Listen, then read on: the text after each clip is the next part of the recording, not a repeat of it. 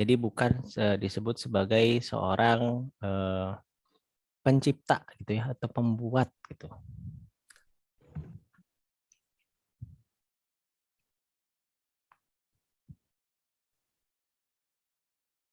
Bagaimana? Silakan pendapatnya, bebas.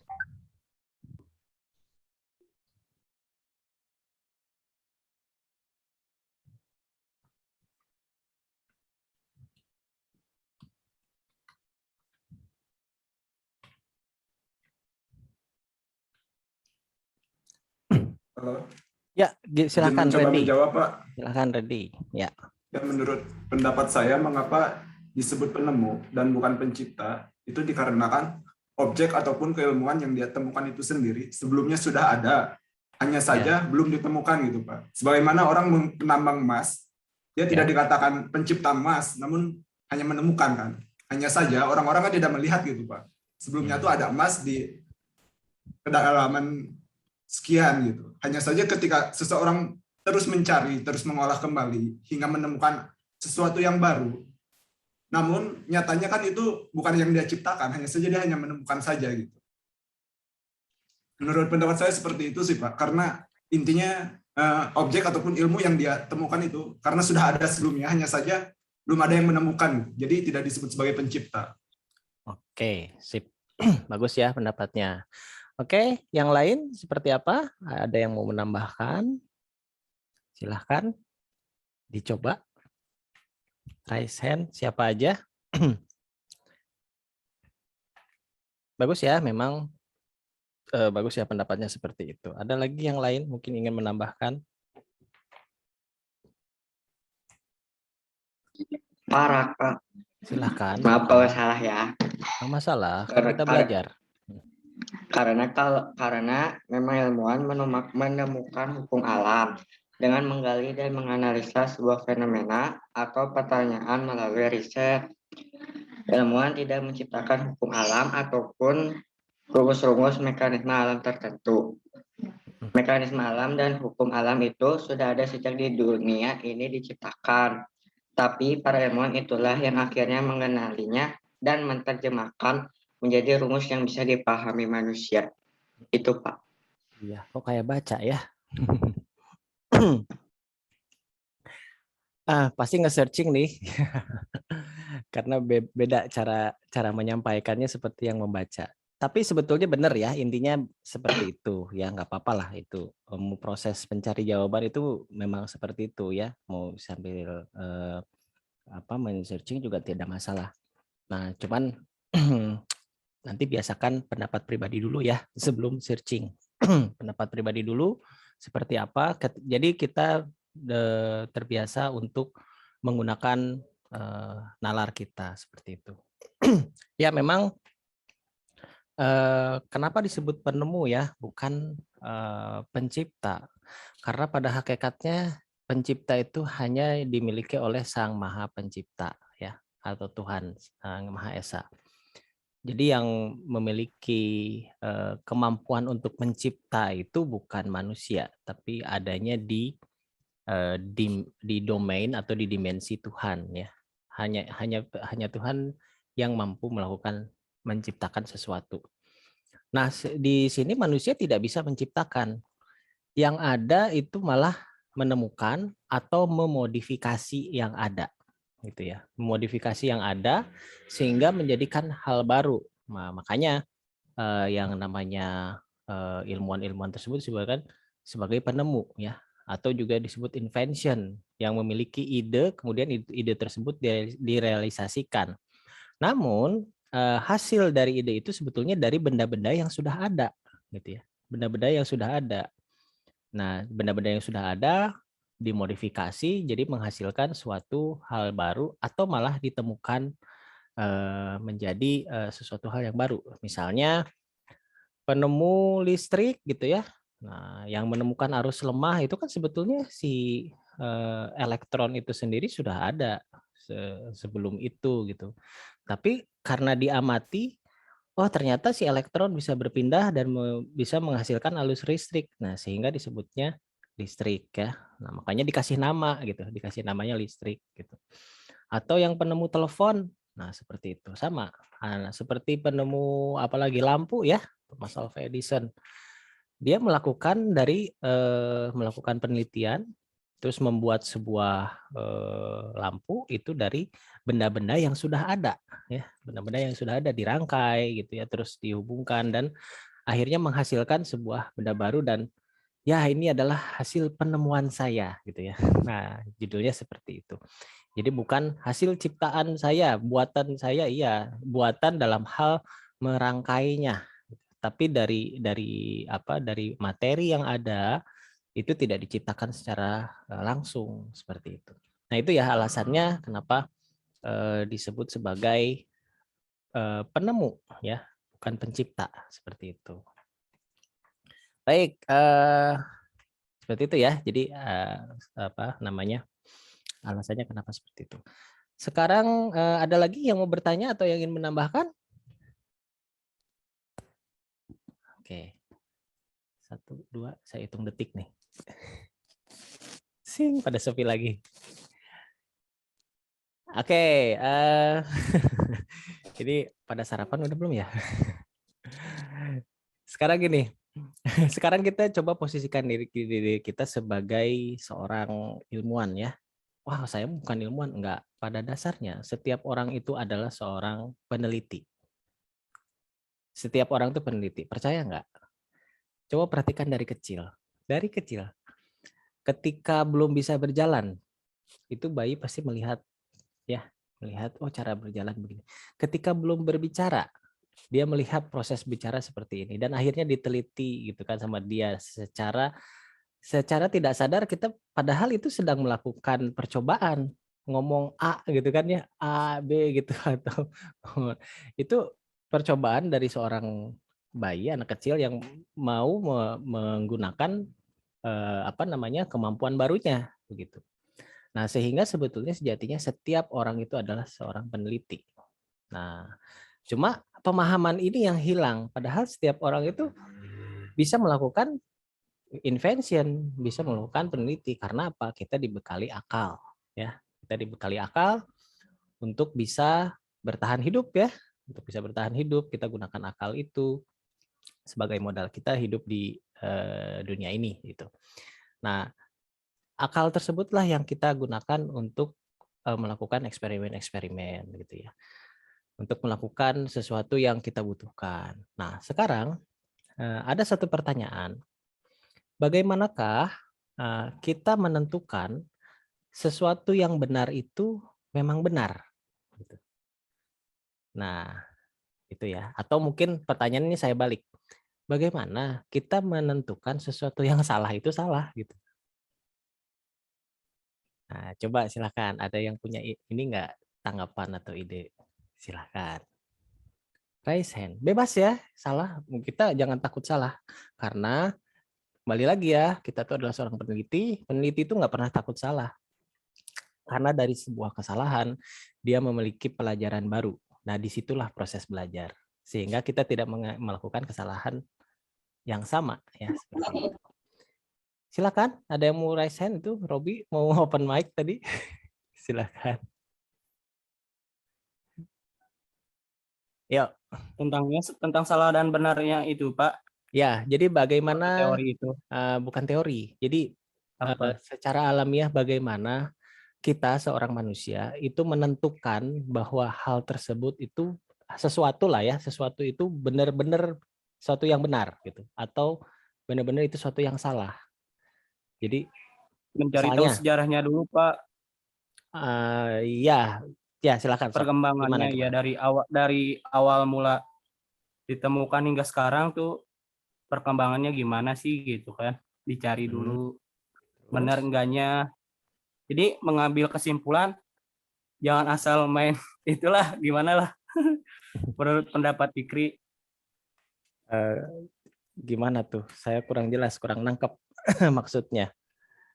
Coba belajar untuk memaparkan yang ada dalam ini idenya, silakan dijelaskan lagi seperti apa. Jadi gimana nih menentukan hal tersebut ini benar gitu? Menentukan jadi dia menjadi sebuah kebenaran. Jadi Tadi mencari tahu sejarahnya dulu, Pak. sejarahnya. Oke, dari Sejarahnya Fikri dulu. mencari Udah tahu itu sejarahnya. langkah Terus, selanjutnya perkembangannya. nah, mencari sejarah, mencari perkembangan. Terus mengikuti perkembangan mungkin ya. Ya, cari Ya, dulu benar apa enggaknya gitu. ya. Suatu Kan kita itu belum tahu, pelajaran dulu. belum tahu benar salahnya kan? Nah, Heeh, ingat kata kuncinya cari itu, dulu. kita belum tahu benar salahnya gitu. Nah, Jadi itu kan maksud Fikri, Pak. prosesnya itu gimana gitu. Oke, ada yang raise hand. Pascal, silakan. Pascal Adrian, gimana?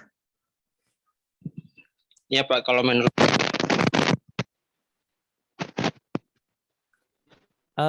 Suaranya, mic-nya gimana? suaranya mic-nya gimana? Ya, Ya, halo Pak. ya silakan. Yuk, sudah terdengar? Coba cek soundnya.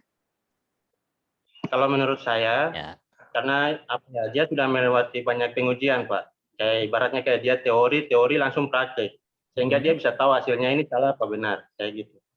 Harus ada pembuktian. Oke, sip. Jadi ada Ya. tambahan ya. Yang tadi melihat sejarah, terus perkembangan, lalu harus ada pembuktian. Ya, betul. Satu tambahan lagi. Good. Ada lagi yang lain? Sok, baru 3 komponen nih. Silahkan. Ada lagi nggak? Banyak nih kan, ini ada berapa orang nih? Ada 43 orang. Ayo. Apa gitu? Ah. Nggak apa-apa, jangan takut salah. Pak, kalau kebenaran dapat kita kaji dulu, Pak. Di riset Dikaji, lah, terus di riset. ya Terus pakai nalar sehat sama ilmu pengetahuan. pakai nalar sehat Kalau dan pengetahuan. Oke, ya, terus kalau sehat, kalau pakai nalar sehat itu apa? Pakai logika. logika. Kalau pakai logika, kalau pengetahuan pakai ilmu sains kayak gitu, Pak. Iya, oke, sip, bagus ya. Ada pendapat tambahan. Jadi menggunakan nalar, betul ya, menggunakan akal pikiran, tentunya akal sehat ya, akal sehat untuk mencerna, menggunakan ilmu, betul ya, menggunakan ilmu melakukan riset. Nah itu udah ada beberapa masukan lagi. Oke, silahkan. Ada lagi nggak? Masih ada sih komponen-komponen lain. Silahkan. Ada lagi? Kan tadi sudah ya. Mencari sejarah, saya coba rekap ya, mencari sejarah, mengikuti perkembangan, melakukan riset ya atau uji coba penelitian, terus menggunakan akal sehat, terus menggunakan apa namanya ilmu pengetahuan ya. Nah, itu sudah ada 5 poin. Nah, ada lagi nggak yang mau menambahkan? Silakan.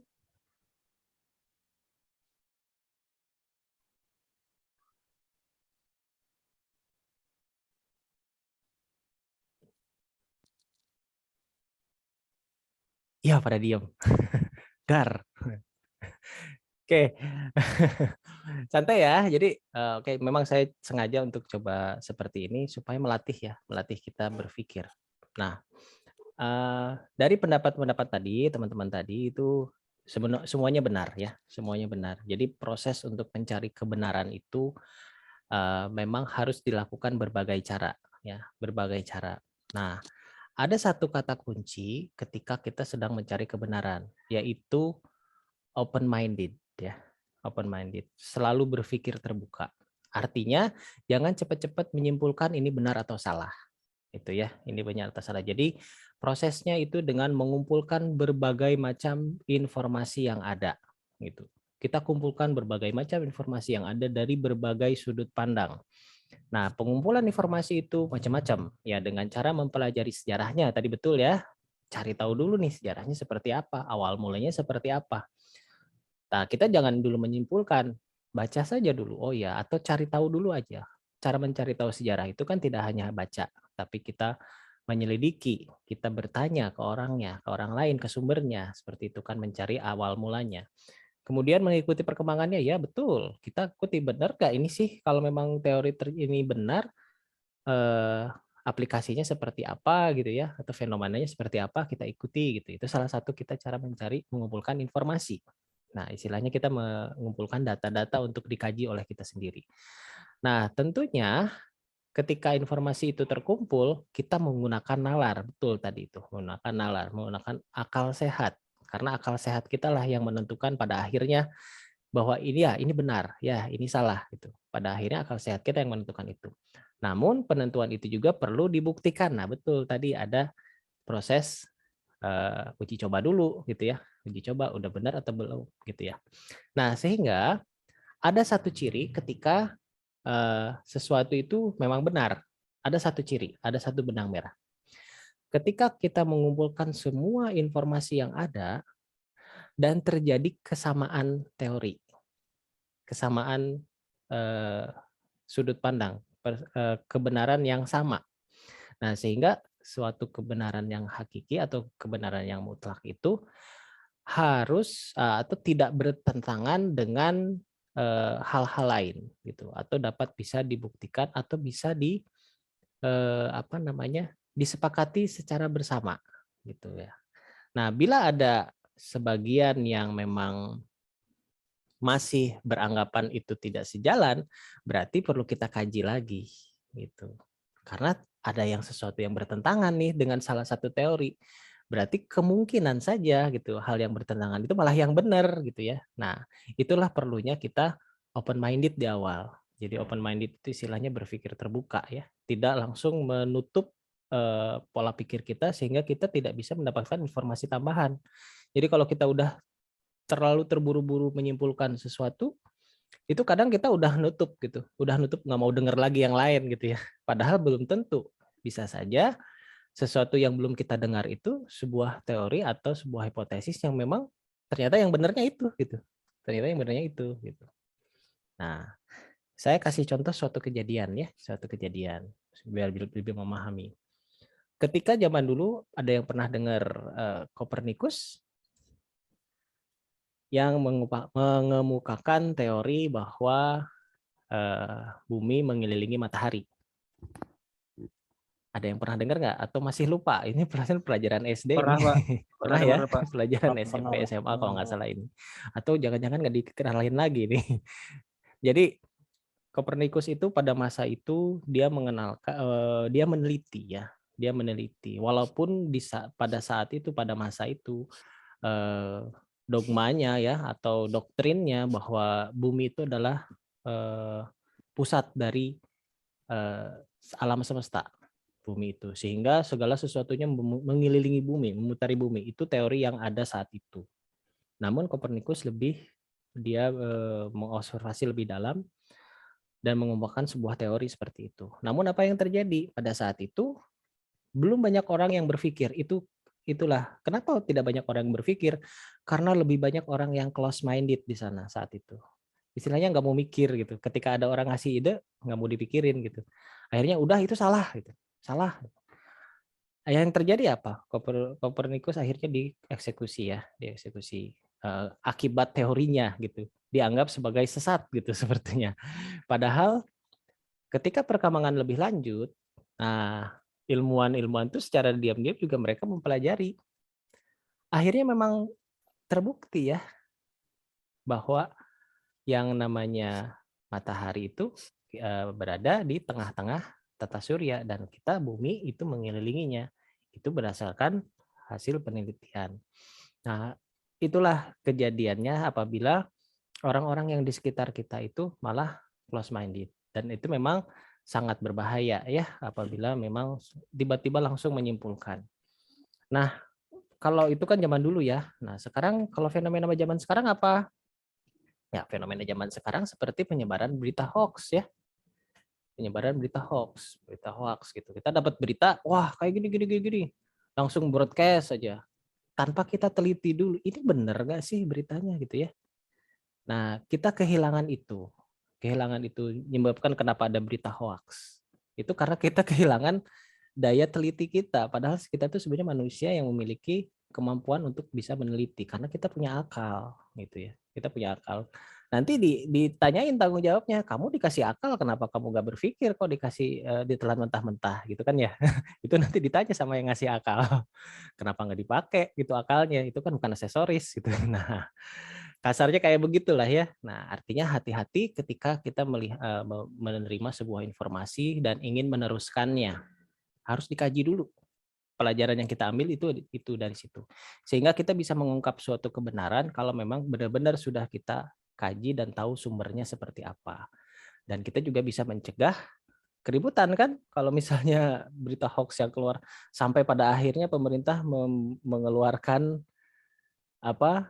hukum ya yang menyebarkan hoax ya ini gitu ya dihukum gitu, ada aturannya, ada aturan undang-undangnya, karena sebegitu merusak ya pola pikir yang ditutup atau akal sehat yang ditutup oleh sesuatu hal yang sebenarnya awalnya dari kita sendiri. Apa sih, kita malas mikir gitu ya. Awalnya dari situ gitu. Ketika udah menerima sesuatu hal yang baru dan kita anggap ini bagus, kita anggap ini benar, kirim aja. Nah, itu berbahaya gitu. Nah, namun seiring dengan perkembangan zaman juga, orang juga banyak berpikir ya dari kejadian-kejadian yang terjadi, sehingga ya alhamdulillah untuk saat ini mungkin proses untuk penyebaran berita hoax itu mulai berkurang ya, karena orang sudah mulai sadar nih. Pakai dulu nih akalnya nih. Jangan istilahnya dapat informasi langsung sebarkan, berbahaya, ditimbang dulu gitu. Ini benar nggak? Apalagi ada undang-undang ITE ya, yang kalau kita menyebarkan di sosmed yang menjadikan keresahan, ya itu bisa diproses secara hukum, itu kan ya. Nah, itu dasarnya itu sebetulnya. Kenapa sampai harus diatur seperti itu? Yaitu kita kehilangan daya pikir kita, daya daya peneliti kita sebagai seorang manusia. Apabila kita masih memiliki itu dan masih sadar, saya rasa nggak akan ada tuh penyebaran berita hoax ya, nggak akan ada. Pasti orang sangat hati-hati untuk mencerna. Ini berita sensitif nih, ya perlu disebarkan nggak sih? Kadang-kadang ada satu kesimpulan ke sana. Misalnya begini, kita dapat suatu berita dan beritanya ternyata memang benar gitu. Beritanya ternyata memang benar. Nah, harusnya ada lagi satu pertanyaan dalam diri kita. Ini beritanya benar, tapi halnya sensitif. Perlu nggak sih disebarkan gitu kan? Nah, tanya dulu ke dalam diri dulu. Kalau nanti disebarkan nanti bagaimana nih? Apakah memicu keributan atau tidak? Nah, mana pilihan kita? Apakah kita menginginkan keributan atau kedamaian kan? Nah, berarti kan tidak harus di-broadcast juga dong gitu ya, sesuatu yang sensitif gitu. Kan bisa kita diskusikan saja tanpa harus melibatkan sosmed seperti itu ya. Nah, oke. Saya harap mudah-mudahan bisa terbuka ya pemikirannya seperti apa. Silakan, ada yang mau bertanya lagi? Boleh? Atau ada yang ingin berpendapat? Nah, kita coba diskusi ya.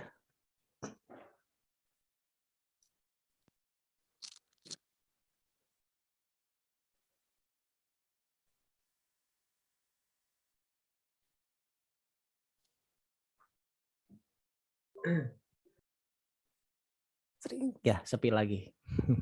Oke, nggak apa-apa. Saya kasih lagi topik ya. Saya itu udah mulai kebuka sedikit-sedikit. Sekarang saya ingin bertanya, apa itu ya perbedaan antara diskusi dan debat? Nah, ini yang sedang kita lakukan ya. Izin Apa menjawab, bedanya? Pak. Ya, silakan Fikri. Kalau berdiskusi itu mendiskusikan antara satu orang atau antara dua orang atau lebih. Kalau debat itu memperdebatkan suatu masalah atau apapun yang diceritakan seorang tersebut, Pak. Iya sih, betul. Dari katanya aja udah beda ya, yang satu diskusi, yang satu debat. Tapi esensinya, esensinya ngapain? Kalau debat ngapain? Kalau diskusi ngapain gitu? Ya kan ya? Menurut saya, Ya silakan kalau Mita. misalkan diskusi kita itu kayak lebih mencari tahu, bertukar pikiran.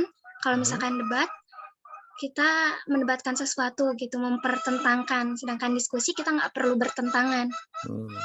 Oke, bagus. Ada yang seperti itu. Ada yang kalau berdebat itu bertentangan, saling bertentangan ya, saling melawan gitu ya. Betul. Ada lagi yang lain? Saya tampung dulu. Bagus, tadi dari Nita. Ya, Kalau Tari Raka. debat, Debat itu mempertahankan pendapat sendiri, terus untuk apa melawan kelompok lain. Kalau diskusi itu lebih open minded gitu, bukan sih Pak? Nah, oke, bagus ya, open minded. Oke. Yang satu mempertahankan, yang satu menyerang ya kalau debat ya. Kalau yang diskusi lebih ke open minded dan bertukar pikiran. Ada lagi? Silakan. Saya kan tadi saya harus mengumpulkan banyak informasi nih supaya bisa menyimpulkan. Silakan. Ada lagi yang mau berpendapat? Apa itu debat? Apa itu diskusi?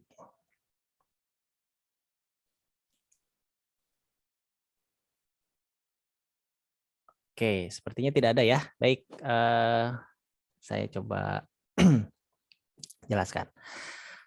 Nah, memang betul ya, kalau untuk debat itu pasti ada kata-kata mempertahankan pendapat ya, mempertahankan pendapat dan menjatuhkan yang lain ya, menjatuhkan pendapat orang lain sehingga ada acara-acara debat ya, acara debat dan itu sangat seru dilihat ya.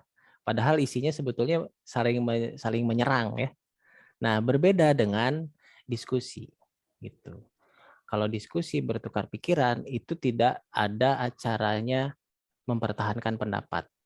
Nah, jadi gimana dong kalau berdiskusi? Diskusi itu adalah proses di mana kita mengkonfirmasi teori kita. Nah, gitu ya.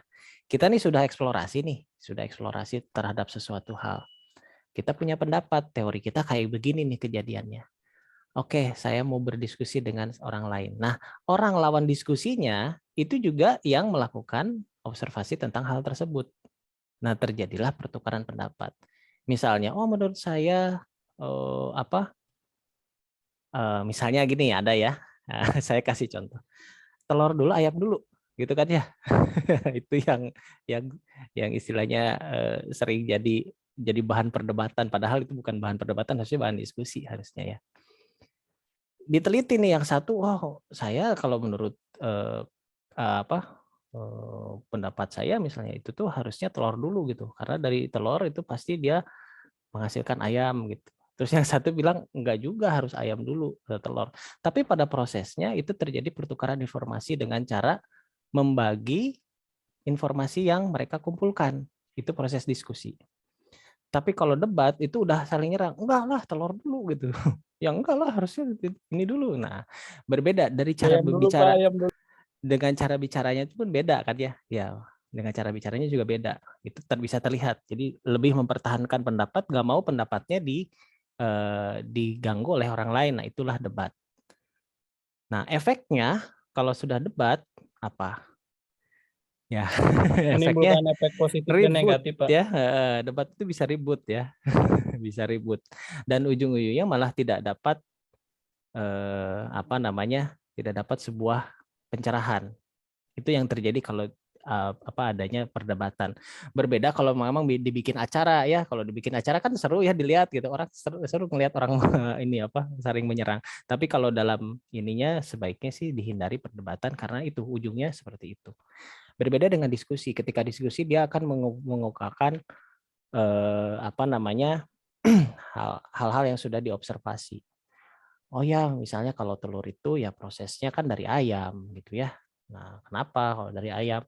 Ya, terus kan ayam dari telur juga, iya. Tapi segala sesuatu itu harus dimulai dari yang tidak ada dulu, gitu ya. Tidak ada dulu seperti itu. Jadi pasti ada yang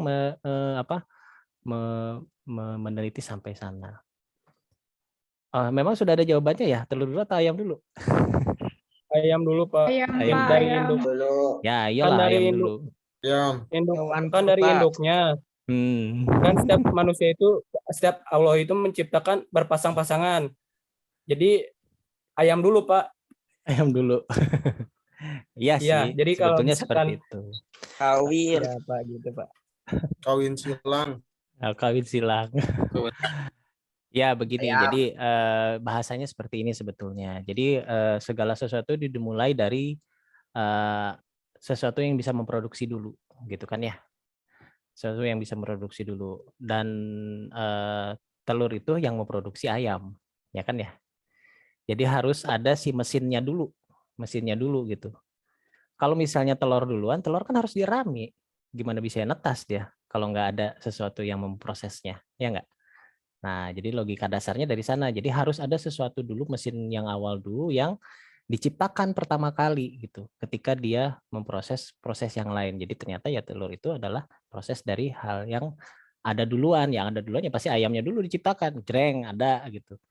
Baru dia bisa melakukan proses pembuatan telur. Karena kalau dibalik ya telur dulu gitu. Yang ngeramin siapa ini? Gitu yang kan. jadinya liar Pak kalau Ya gitu itu Pak. gitu. Jadi tidak nyambung dalam akal sehat. Biasanya jawaban tersebut diambil dari hasil-hasil apa diskusi ya, bukan dari hasil perdebatan seperti itu ya. Oke, ada lagi yang mau bertanya silahkan. Saya jadi pesan saya sih jangan close minded ya. Close minded, tetap kita open mind. Ya, ada lagi yang tadi mau berdiskusi ya, menyampaikan pendapat tadi.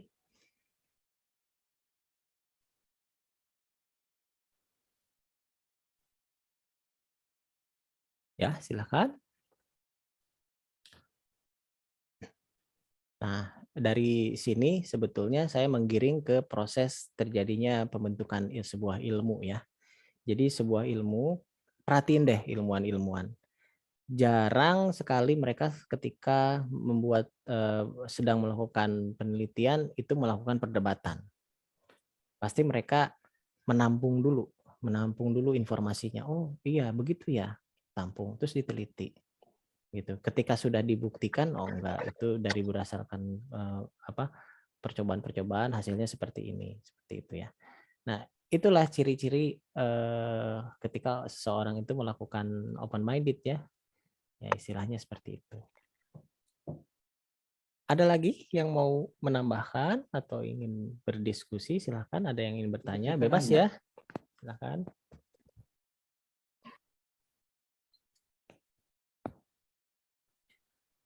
Waktu kita masih berapa lagi ya? Sebentar lagi sih, sebetulnya 20 menitan lagi. Dan ini Zoom-nya tinggal 5 menit lagi. Aduh, kalau pakai yang yang tidak diperpanjang jadi kayak begini nih. Jadi nggak bisa lama lagi. Harus saya cepat-cepat perpanjang dulu nih. Oke, silakan. Oke, kalau tidak ada mungkin apa sudah cukup kuliah kita hari ini? Nah, saya tanya dulu nih. Atau ada yang mau ditanyakan lagi? Nah, Tidak ada Pak, cukup tidak sekian ada. jelas. Oke. Ya sudah, kalau tidak ada saya screenshot dulu ya yang hadir hari ini ya. Screenshot dulu yang hadir hari ini. Oh, ada yang raise hand. Randy, gimana Ren? Ntar dulu nih. Enggak apa-apa. Pertanyaan, Ayo Pak. Ren. Ya, gimana Ren? Jadi kan tadi dikatakan ilmu kan terus berkembang ya Pak. Berarti Ya. kan seperti tadi matematika kan ada matematika terapan perkembangannya. Lantas untuk ilmu dasarnya itu sendiri, ketika ilmu lanjutannya telah berkembang, apakah itu biasanya ditinggalkan atau justru masih bisa dimanfaatkan Pak? Oh, oke. Sebagai contoh dalam hal ini di kita kan informatika ada programming, di mana program itu didasari dengan apa? C++. Dan itu nyatanya di zaman sekarang kan sudah mulai tidak digunakan juga gitu Pak. Iya, betul. Oke, sip. Baik, makasih ya. Pertanyaannya bagus. Nah, bagaimana nasibnya sebuah teori apabila ada teori baru? Mungkin seperti ke sana ya arahnya ya. Ya, sebetulnya teori dasar itu dia makanya disebut sebagai teori dasar. Kalau teori dasar itu pasti selalu digunakan. Nah, selalu digunakan. Biasanya yang update itu adalah sebuah hipotesis tambahan atau misalnya alat ya, alat-alat tambahan. Nah, kalau misalnya kita ngambil kasusnya seperti teori tentang gravitasi gitu ya, tentang gravitasi. Itu kan dari dulu sampai sekarang seperti itu ya, teorinya seperti itu. Namun yang terjadi itu adalah update dari informasi ya, update sebuah informasi. Jadi update dari si teori tersebut, dari hipotesis tersebut. Misalnya yang teori yang diupdate itu apa? Relativitas ya, teori relativitas yang dikemukakan oleh Einstein.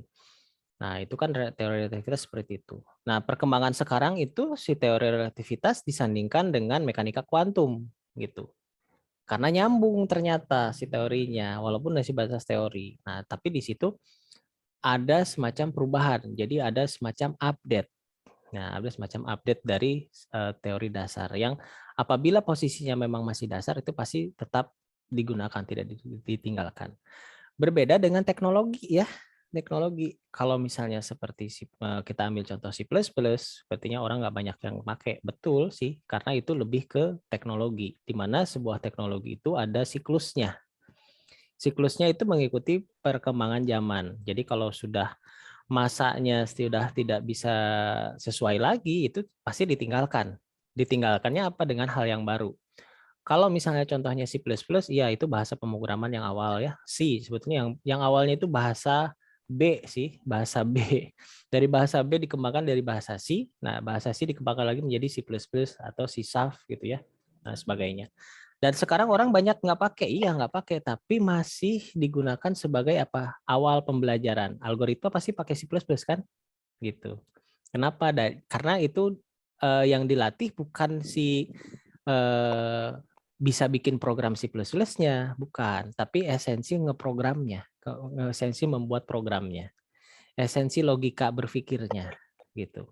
Diasah dari hal yang dasar dulu, gitu ya, dari hal yang dasar. Ketika sudah menguasai teknik pemrogramannya, baru loncat ke pemrograman yang lain, begitu. Misalnya Java, Android, ya, Android Studio atau React Native, ya, CI, Code Igniter dan lain sebagainya. Tapi untuk awal pembelajaran pasti dipakai yang dasar dulu. Makanya diajarinnya yang dasar dulu, yang bahasa C dan C++ seperti itu ya. Kan algoritma pakai C++ kan ya? Nah, seperti itu. Nah, terus ada contoh yang benar-benar hilang. Misalnya teknologi yang benar-benar hilang seperti apa? Karena sudah tidak mengikuti perkembangan zaman. Seperti handphone 2G misalnya ya. Itu masih ada nggak yang pakai handphone 2G saat ini? Kayaknya udah jarang ya. Adapun sinyalnya kayaknya udah nggak ada gitu 2G itu gitu. Jadi udah pada pakainya ke 4G atau malah masuknya ke 5G sekarang ya, udah mau masuk ke 5G. Di beberapa negara sudah menggunakan 5G. Kita masih posisinya 4G. Nah, itu dilihat kenapa teknologinya nggak hilang sebetulnya, tapi diupdate gitu. Diupdate. Yang tadinya mungkin nggak bisa mengirim gambar, yang tadinya cuma bisa nelpon gitu ya atau berkirim pesan, update gitu ya menjadi mengirim gambar gitu ya. Nah, udah itu bisa mengirim video conference dan sampai seperti saat ini. Oke, seperti itu ya mungkin ya Baik, penjelasannya. Pak, terima kasih. Iya, oke. Dan ini sudah mau habis lagi. Sudah mau habis lagi. Nanti saya close dulu. Silahkan nanti masuk logo untuk kita screenshot ya. Screenshot yang hadir dulu. Oke, silahkan. Saya close dulu nih sebentar. Karena waktunya sudah mau habis lagi. Nanti silahkan join.